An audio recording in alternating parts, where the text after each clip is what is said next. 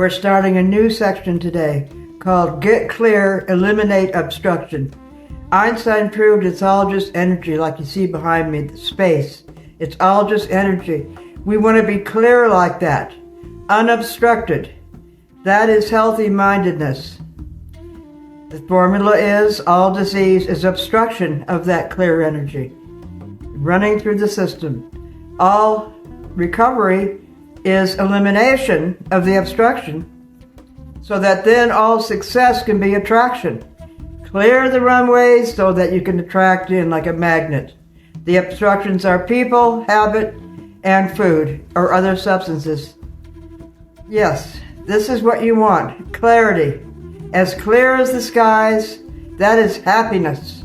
That is humming with the universe, not grading mistakes. No, you want clarity. It's obstruction that blocks that, and it's a big problem. Now, we've been talking about psychiatric meds. It's one of the biggest obstructions. Do you know that the biggest killers of people is cancer, heart disease, and then psychiatric drugs? A third on the list. They are killers.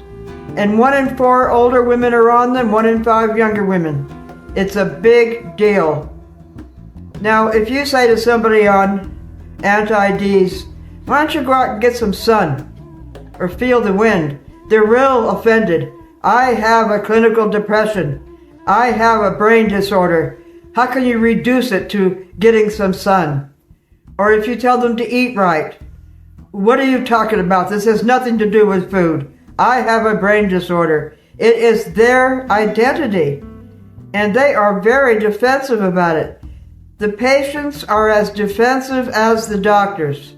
But I'm telling you, if you gain clarity so that you can feel the wind and the sun and the rain on the roof and enjoy the seasons, what is called elemental reality, air, sun, wind, seasons of the day, seasons of the year. It is so glorious and so happy that you won't believe you were ever obstructed by human systems, sick relationships, bad habits. You know, when people repent of bad habits, which is a major obstruction, they say, how could I have waited so long for this glory I feel? Being clean and sweet, being clear, not thinking about the desire all the time, but being clear of it. It's called How to Make Gold. Making gold, you gain clarity. Clarity of the universe.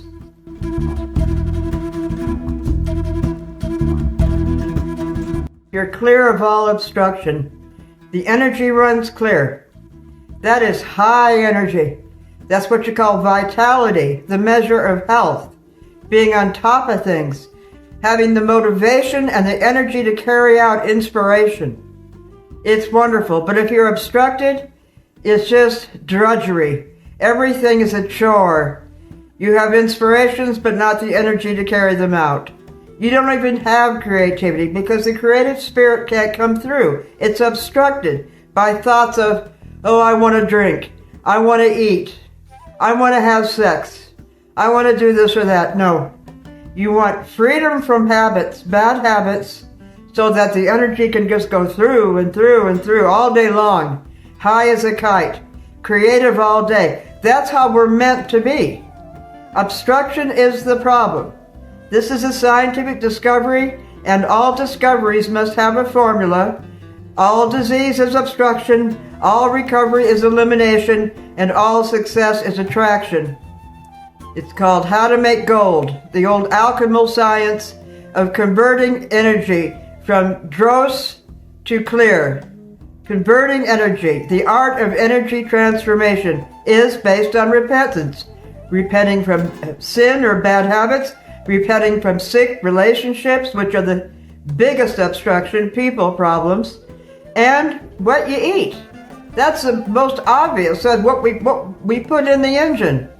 We should fuel the tank every morning for energy all day long, not eat for entertainment. That's just going to bring you down to the doldrums. You eat because you got to eat. and then you fly high all day long.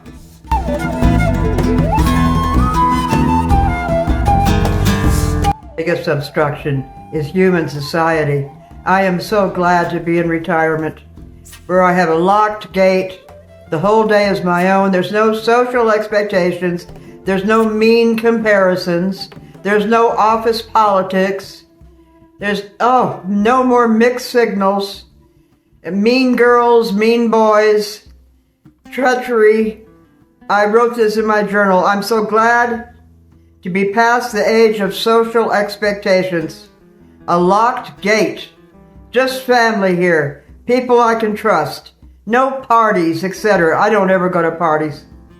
Retirement is like slipping on cozy pajamas. The opposite is office politics and mean comparisons. Depression. Depression from people problems. Clear as the sky. Just you and nature. Just you and the rain. The elemental reality. Seasons of the day. Oh, look at the clouds. Feel the sun on the skin. Get that vitamin D for at least 5 minutes a day. Get that spot of sun. So you don't want to hurt your skin. I get it. A spot of sun. Vitamin D. Appreciate the elements. Appreciate the views of the mountains and the clouds and the stars at night. Appreciate it. The elemental reality. That is a cure for depression. Out of office politics and into appreciation of stars. Yes, and then you become a star. We are cluttered with people and their expectations and their lies, and they turn on you. People come and go. They aren't that important. What's important is God. God created the elements, and God created you, your talents, before you were even born. Yes, it was prefigured in the seed symbol of who you are, the unique self.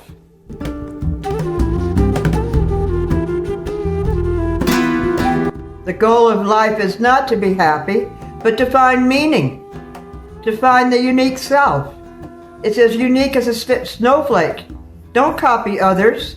You are God's peculiar darling. You are His peculiar creation. You are a masterpiece. It's a matter of finding that, but if you're comparing yourself to society and other people and copying silly trends, you're never going to get there. I recommend solitude in nature if you can. Get more alone. Go inside.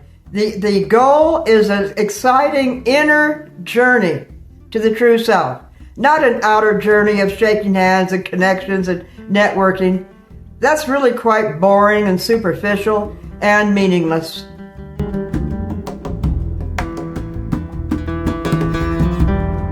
They put me on antidepressants at age 26 for 2 weeks. That was all. 2 weeks. And I went into another reality based on brain damage for 20 years. And now I'm back. But I went through that, I think, in retrospect, so that I could see what mental illness was all about. It was like being locked in a cage where I couldn't express myself. I searched for myself. I wasn't Karen Kellock anymore. I even took on another name, Maria Savetta. I was trying to find identity. Who the hell am I?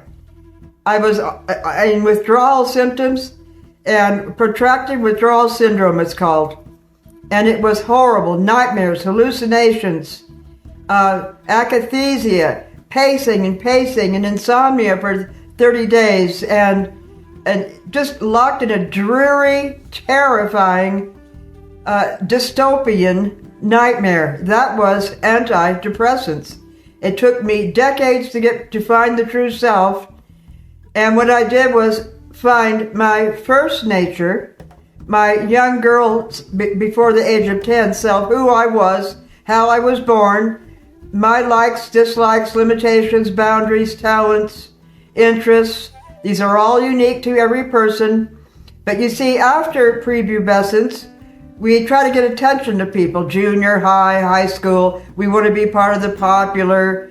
The whole thing changes. Our whole personality changes. And many times parents will say that, gee, she was such a cute girl.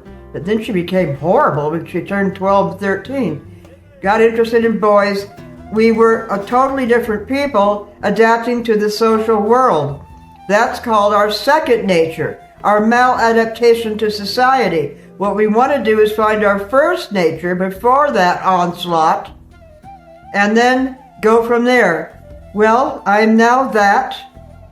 I'm now the cute little kid, but I have the wisdom of an adult because of everything I went through trying to crawl out of treatment-induced mental illness.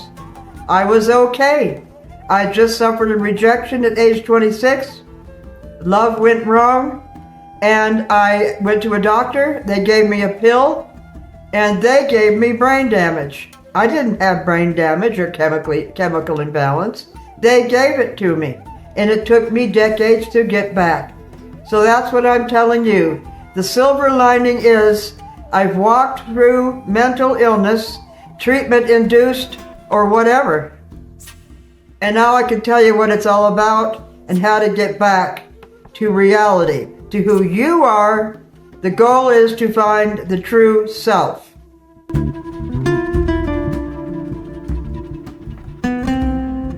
I now see that part of the reason I got depressed in my 20s, for which I did not need antidepressants, but I was naive, was called the curse of knowledge.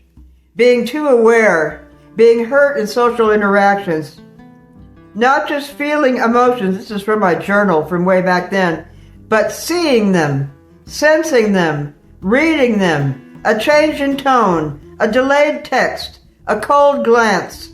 After the conversation, I'd replay it in my mind, then pick up what wasn't said. I saw problems before they would happen, and I would take responsibility for everything that happened. I was just absolutely hurt by social interactions, and it took me half my life to find out how precious solitude was, and that I had a right to have my own life. And then later on, I relocated to a beautiful home, and I have a locked gate.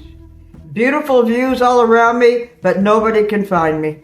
It's just me and my family and my pets, and views and thoughts and ideas and emotions and working all night, uninterrupted. It's heaven. But it took me all my life to see that solitude was what I wanted. Most people are terrified of the thought of being alone. They want people around. If they get a pocket full of money, they'll buy a home in a neighborhood. Well, I got a pocket full of money and I bought one way out, because by then I realized what I loved was solitude in nature. And there's just nothing like it. I got that because I ended up living in a ghost town when I was mentally ill from the treatment. And I lived alone in a cabin on 1,000 acres. And I learned to love it.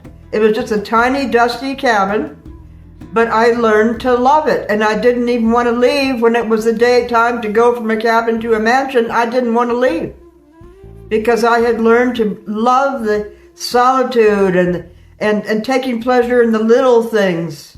You know, a little flower or a little cloud, or, you know, just the gratitude for the little things made living in a little cabin like living in a mansion. So once I had learned all that, God took me out, but I took with me the same attitude about wanting to be in solitude, and that was an inner journey that was so flamboyant and adventurous and just interesting, actually fascinating.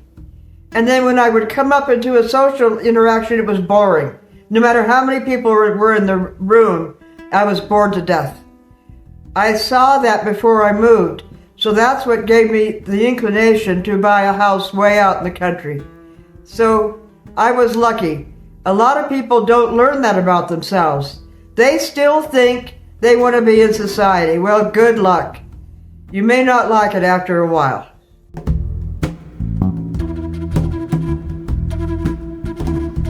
The people get very defensive when you put down their anti-Ds. It's so much easier just to take a pill and to say, well, I was born with a brain disorder. You know, I have chemical imbalance, even though that has never been proven. It's much harder to do the work, to investigate what are your sick relationships, why do you tend to gravitate to certain types of people, what are the people in your life that are draining you, what are your bad habits. Yeah, de-addicting from bad habits, smoking, drinking, smoking pot, overeating, all these things takes work. People would much rather take a pill or changing your eating habits. That's a revolution right there.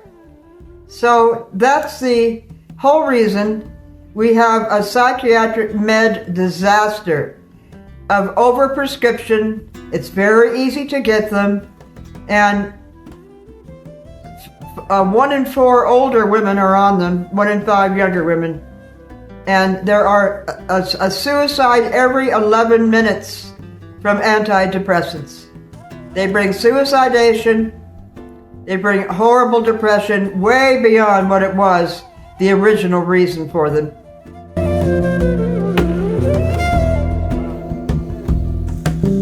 To be on those drugs for just 1 week, and by trying to get off them, you see, that is the problem, withdrawal.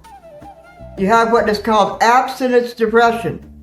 You come off of them, and now you're depressed from abstinence from them. That's how fast they glue into the structure of your body and mind. They just become part of the building. And if you withdraw, the building implodes, and it's a disaster. A lot of people will go through, they'll come off them slowly, and then months later have a terrible crisis. And then, you know, they go off slowly again. It has to be very slow. And then they'll be okay for a couple of months, and then another crisis. When it comes to brain disorder, that's how it works. And it can take years sometimes to be totally clear of them.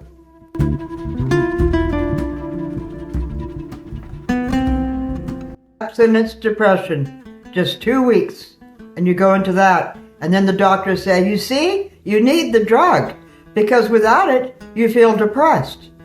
It's like in AA, somebody stops drinking and they get depressed, and they say, you see, you need alcohol, because without it, you get depressed. Doesn't make sense. It's just for big pharma to make money. Okay, you have to taper off.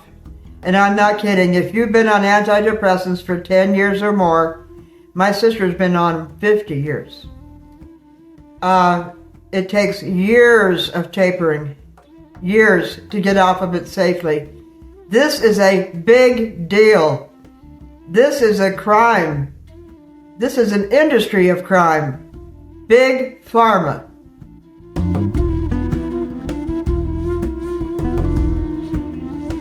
In what is called healthcare, they allow the industry, the big pharma industry, to be their own judges of the drugs.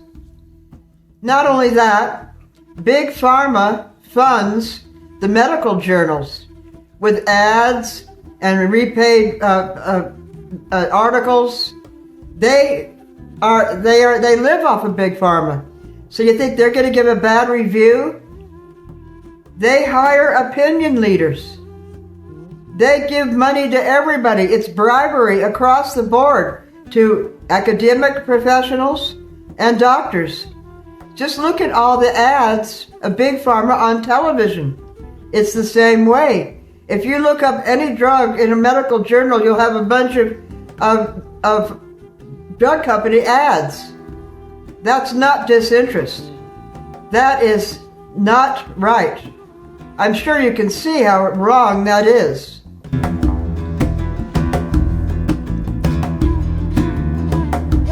The suicidation. Every 11 minutes, somebody on anti-Ds commits suicide. Even the FDA data shows that it doubled in 1 year. Suicides. You get to the point where there's no escaping this dystopian nightmare you're in. You have brief wellness followed by a relapse, a catastrophe, and there's no coming out of it. And nobody can hold your hand. All you can do is ask for another drug, and they're very willing to give it to you.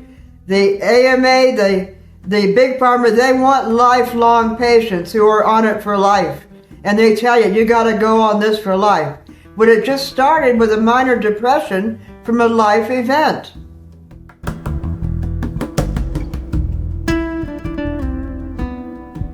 Doctors should not trust the literature.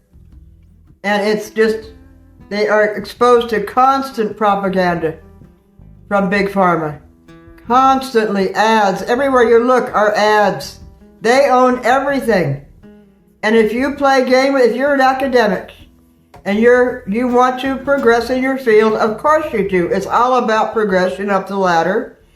You have to publish. Well, it's extremely competitive.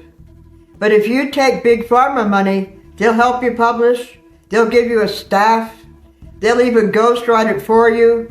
They'll fly you all over the world so you can become big, very famous in your field, internationally known. You must be internationally known these days.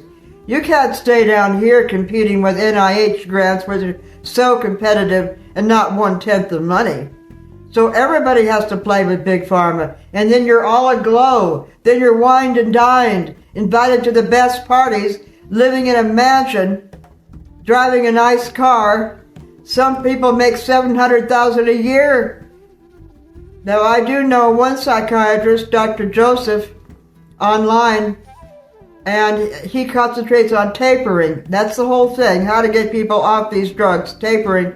And he had a $700K job a year with Big Pharma, and he quit. It was just too much.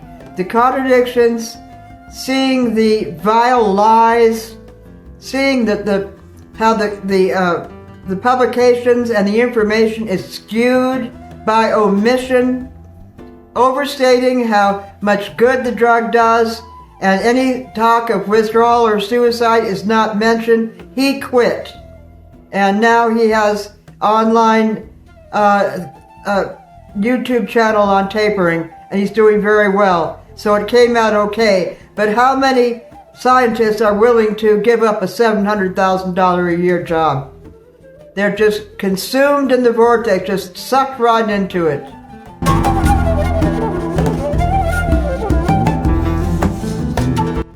The doctor says, you're a little depressed? You can safely take these drugs. And the patient says, well, I've heard about the withdrawal side effect. No, you can safely take these drugs. Yeah, they say that.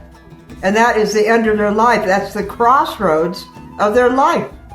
They go into a new dimension where it changes entirely the central nervous system. That is a big deal.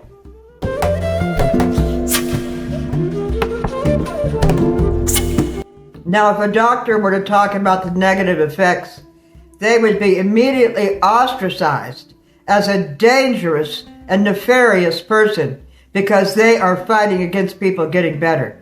That's immediately the tack they take, that you're fighting wellness. You're trying to block people from getting well.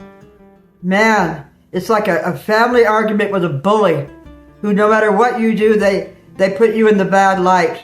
And they're the criminals, but they put you in the bad light. It's like arguing with a narcissist.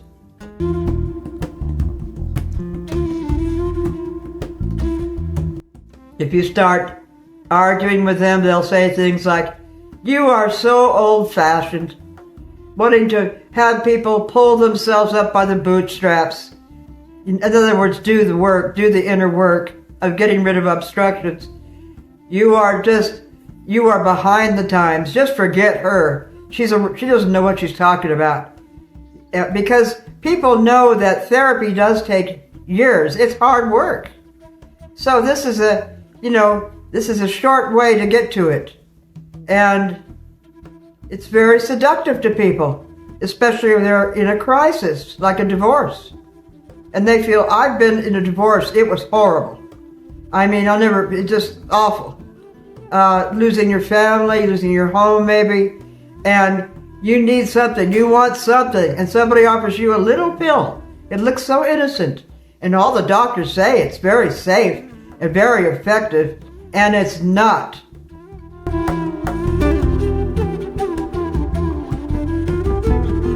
Used to be that you could get good information from medical journals.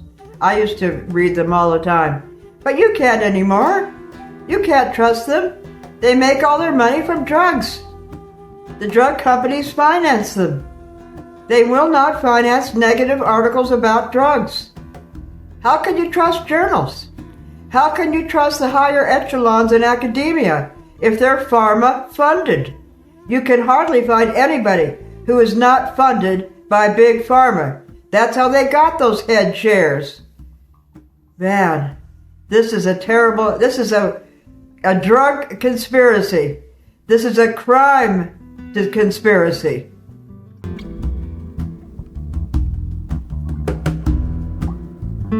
If a child has had an unfortunate childhood where there's a lot of fighting and drinking, yeah, they take on what is called hypervigilance. This is what I wrote about my background. I feel responsible for all problems. My trauma response is rooted in childhood ideas where emotions were so unpredictable. Back then, noting tiny shifts wasn't a choice, it was survival. You had to know what was going to happen next. You hear footsteps coming up, what does that mean? Or not coming up, you notice, you read between the lines, you become hyper vigilant, which is extreme intelligence, which is extreme emotional intelligence. Most people take reality for granted. They don't read between the lines. They just accept what they're given. But a very emotionally intelligent person who has gained that intelligence from trauma, childhood trauma, notices the nuances, just the tiny things that most people miss. Well, these people, the hypervigilant, are most likely to be drugged because they are seen as schizophrenic. They're living in a reality that the others don't see. They're paranoid psychotic, reading between the lines, because the doctor doesn't see this, nobody else sees this. They haven't been in that part of a trauma. So you see, it's the emotionally intelligent that are most likely to get snagged in this overprescription of drugs.